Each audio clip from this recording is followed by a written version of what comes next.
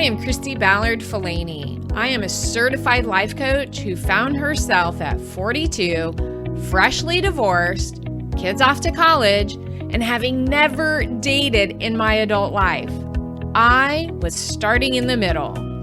If you haven't yet hit start on your middle time in life, let's do it together. Let the journey begin.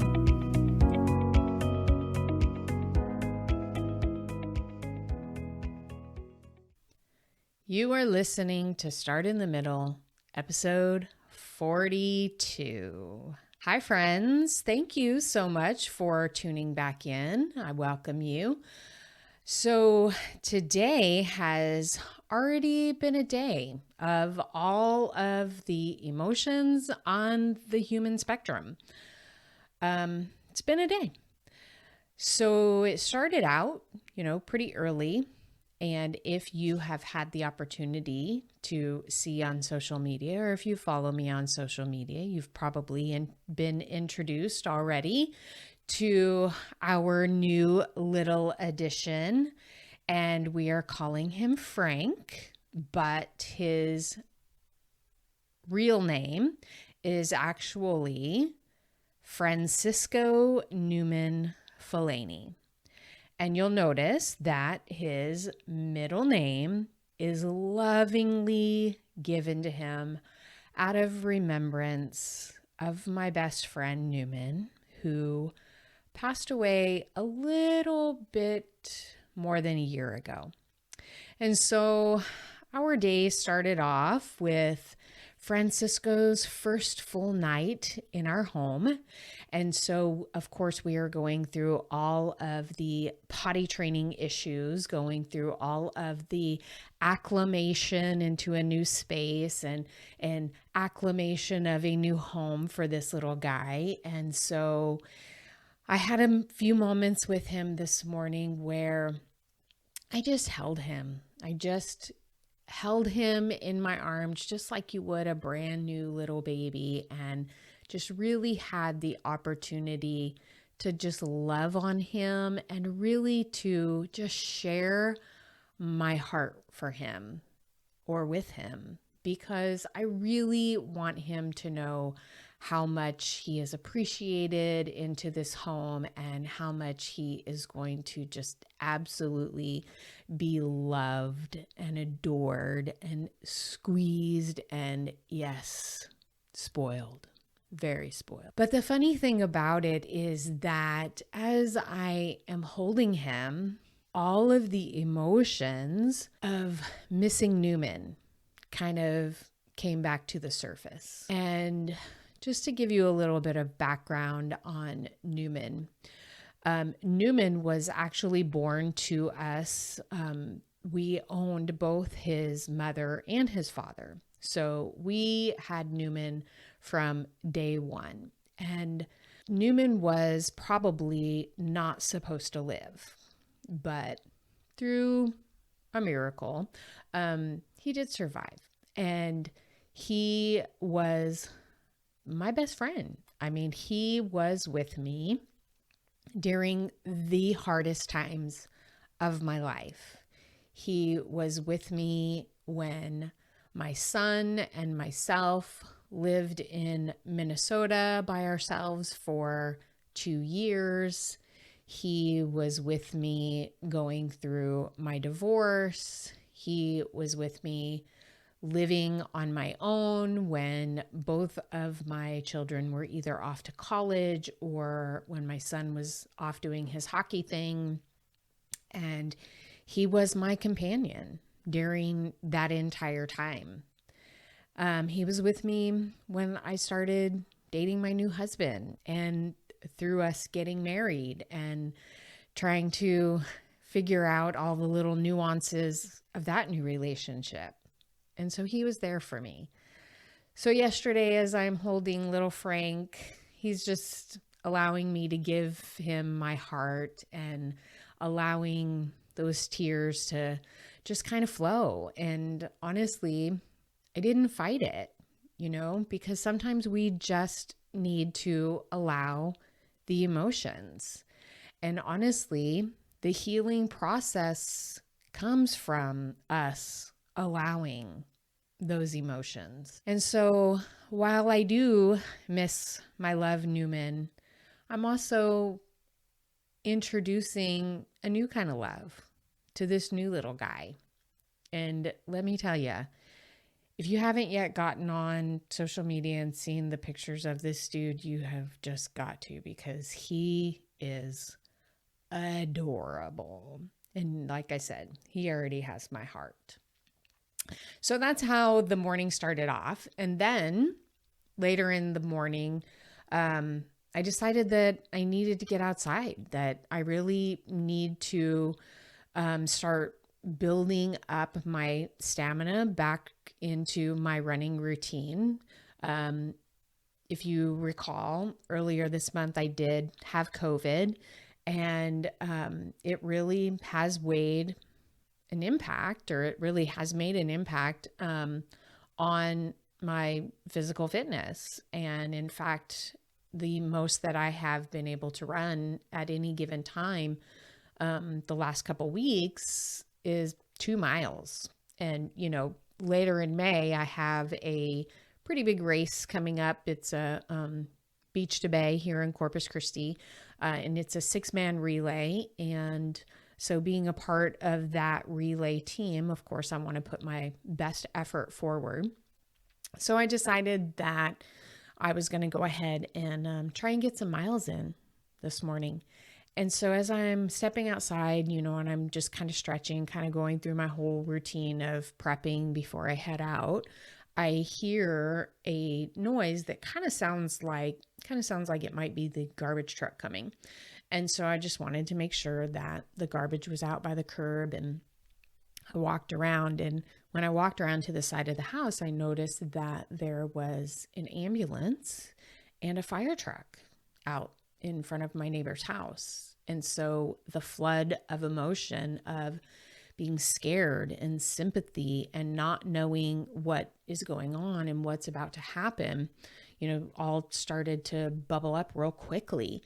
And, not wanting to just kind of stand and stare, but of course I have, a relationship with my neighbor. And so I'm just kind of waiting, to see what happens. And luckily, it was not one of their family members. And from what I was able to gather, it was another young man who they knew.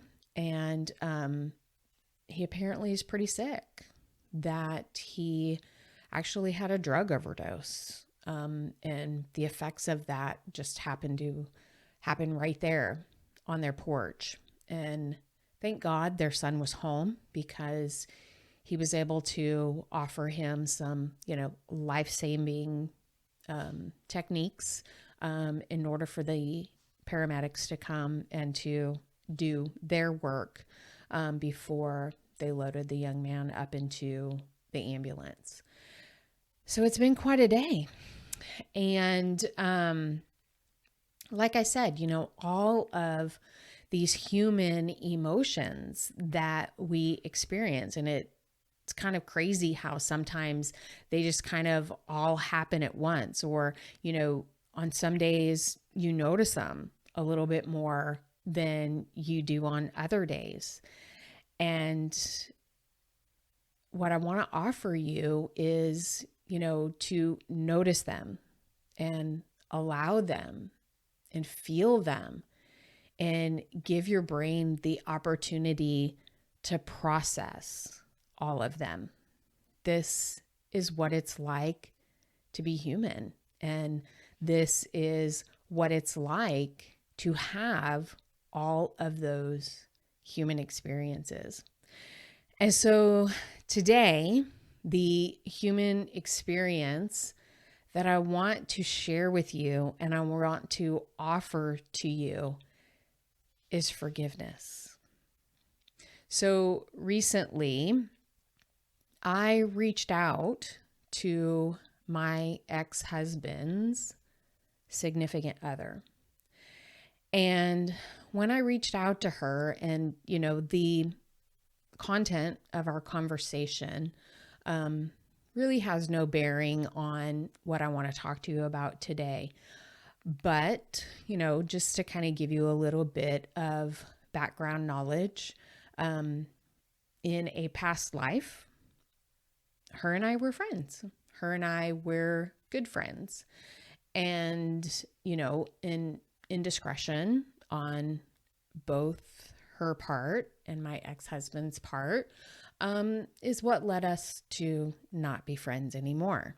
And I'm sure you can read between the lines. But between now and then, 8 years has passed. And I'm different. I'm completely different than I was 8 years ago. And so me consciously wanting to be different and doing the work that I needed to do in order to be a different person and to be in a different place in my human journey is what has led me to allow the forgiveness, and what has led me to be okay with being able to have a conversation with her. But like I said, the content of the conversation, has no bearing on what I want to talk to you about today. But what I do think is extremely important is that shortly after my divorce, I decided for myself that I wanted to be a different human being. And I didn't quite know at the time what that was going to look like. In fact, if you asked me back then if I would forgive her or if I ever thought that I might have a civil conversation that wasn't, pointing fingers and things like that, I probably would have told you no, that I didn't see that in my future. But what I did know for myself is that I wanted to be a different human being. I wanted to be the type of human being that loved myself, that loved other human beings, and had compassion and grace for myself and compassion and grace for other human beings. And so I started out on the journey to do the work that created this person, that could reach out to someone who used to be a close friend and ask some questions. And the questions had nothing to do with the hurt, had nothing to do with the lost friendship. And really, it was kind of just nonsense. But what I am proud of is the fact that I first had the courage to even do it. Because the truth of the matter is that once I sent that text message, immediately the thoughts come up in my head of, well, she doesn't have to respond. She could completely reject me reaching out. And then what am I going to feel after the fact? And so all of those questions started to pop up into my brain. And I just basically had to allow them, because obviously we have no control over other human beings. But the truth of the matter is that I had the courage to reach out this olive branch for my own healing, for my own sense of forgiveness. And she had the opportunity to respond. And honestly, I'm grateful that she did, because my adult children have a relationship with her. My adult children have a relationship with their dad, and they need that. And it is amazing.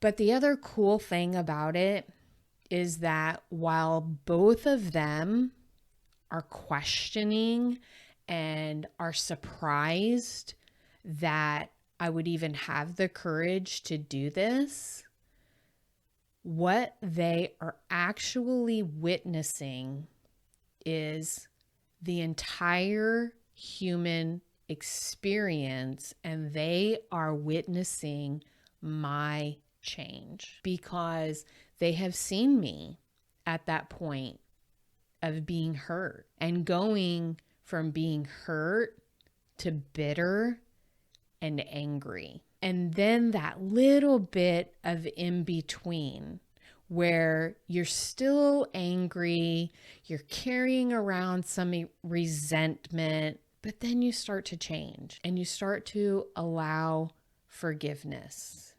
And the anger starts to fade away. That point where you are allowing them to have open conversations that involve them bringing up these other two people and not feeling that anger and that resentment within yourself, and allowing the heaviness that all of that causes you to have. You see, this is where the true healing and the true freedom begin. When you are allowing yourself that healing process, it does such amazing things for you personally. Think about how heavy anger and resentment feel, and think about how much brain capacity it takes to hold on to those emotions and to allow them to come back up at different times and allow them to live within yourself. How much capacity that takes up within your body.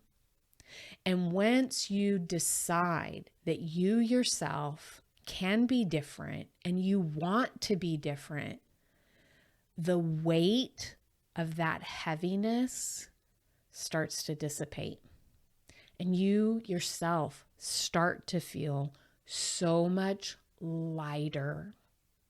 And you yourself start to allow forgiveness in other areas of your life. You allow forgiveness for yourself.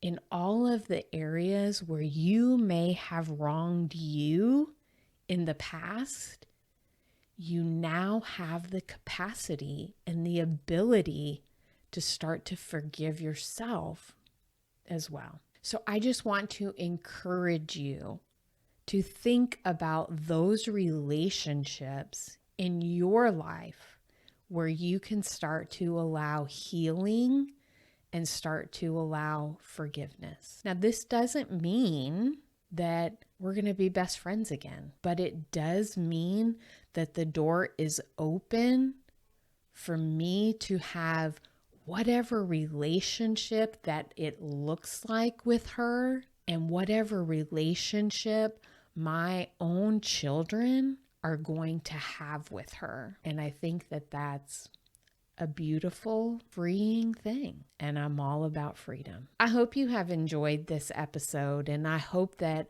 my words will encourage you in your own healing process, because healing and forgiveness are available to you.